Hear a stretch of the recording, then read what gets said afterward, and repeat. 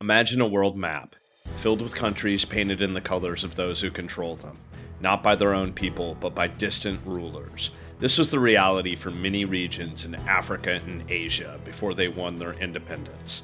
The 20th century was a turning point, a period when these places began to break free, to paint their own maps in colors of their own choosing.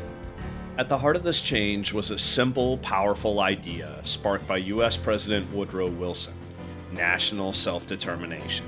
This meant that nations had the right to rule themselves, to choose their own destiny without outside interference. This concept stirred hope worldwide, but reality was tougher. European countries that had taken control of lands far from their own shores were not eager to let go. Yet the desire for freedom could not be stopped. Across continents, indigenous nationalist movements rose up, each with its own story, its own heroes, and its own struggle.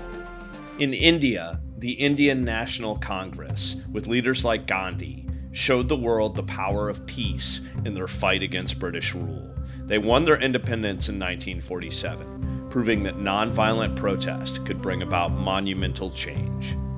Algeria's National Liberation Front, FLN, chose a different path, engaging in a long and bitter fight against French control.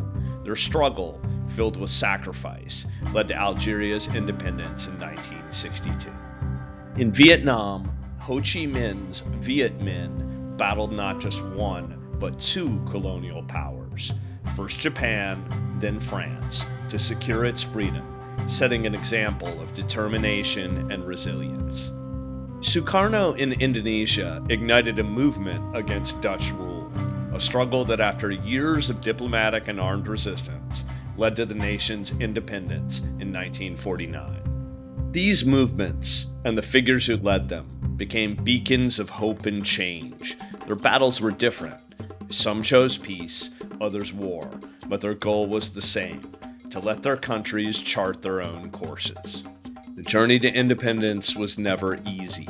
It was a mix of negotiation, conflict, and the support or interference of global powers, especially during the Cold War, when strategic interests often overshadowed the aspirations of colonial peoples.